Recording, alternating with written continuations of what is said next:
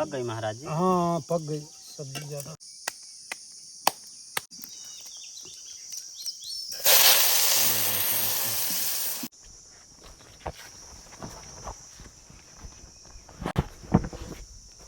जय सीताराम दोस्तों आज आपको चित्रकूट के जंगलों में लेकर आया हूँ और जाने वाला हूँ एक बाल बैरागी वृद्ध संत की कुटिया में।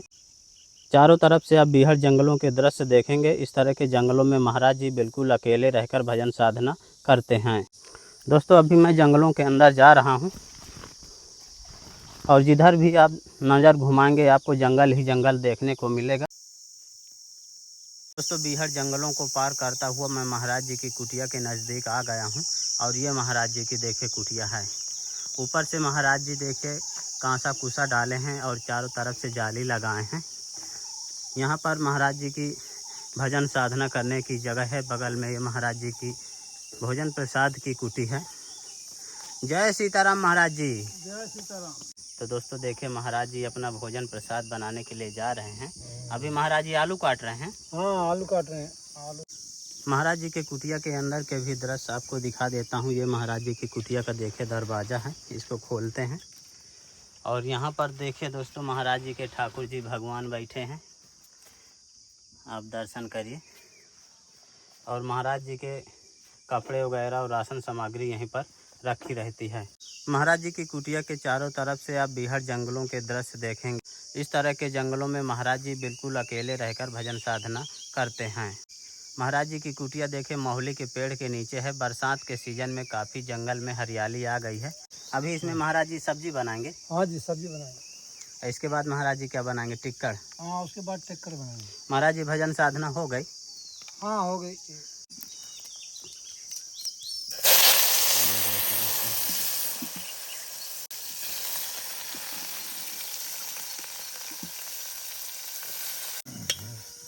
तो ये रही दोस्तों महाराज जी की सब्जी प्रसादी। दुख ही सुख का ज्ञान है, इसको दुख मिलाने वो क्या जानता है। आग धूप पानी। तो महाराज जी आपके लिए सब्जी है। महाराज जी आपकी सेवा में चीनी है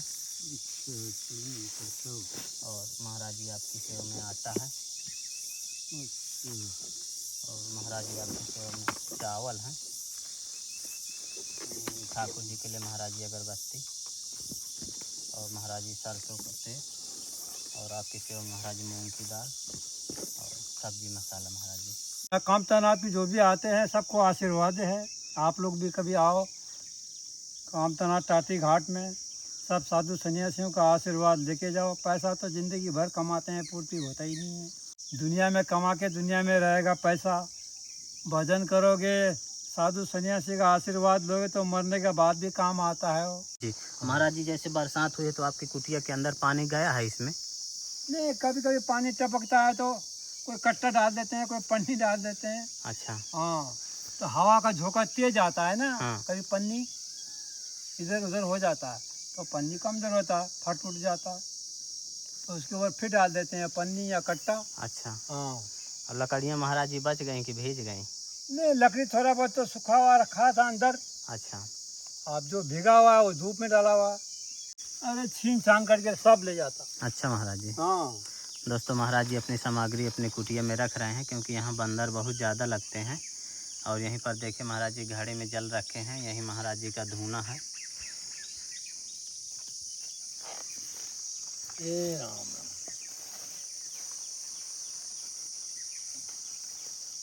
आटा लगाता हूँ। तो दोस्तों महाराज जी अब आटा लगाएंगे। देखिए आटा निकाल कर ले आए कुटिया के अंदर से।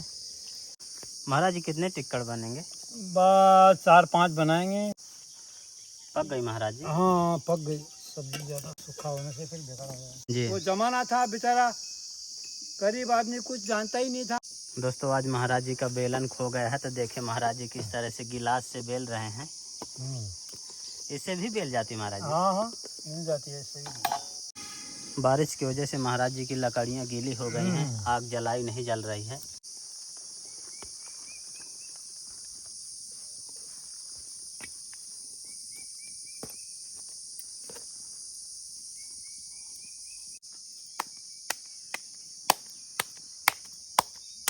तो देखे दोस्तों महाराज जी कितने पतले पतले टिक्कड़ बनाते हैं, फूले फूले। महाराज जी इसी तरह बेलकर ही बनाते हैं। हाँ, इसी तरह बिल्कुल बनाते हैं।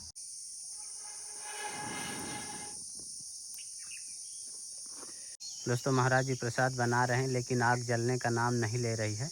महाराज जी की कुटिया जंगलों में है और पीने के लिए मंदाकिनी गंगा जी से जल लाते थे, लेकिन अत्यधिक बारिश के कारण मंदाकिनी जी का जल जो है मटमैला हो गया है। तो महाराज जी इसी कुटिया में तिरपाल डाल करके, और ये छोटे छोटे महाराज जी के 2 डब्बे हैं, देखिए इन डब्बों में भर लिए थे, तो उन्हीं जल का उपयोग अभी कर रहे हैं।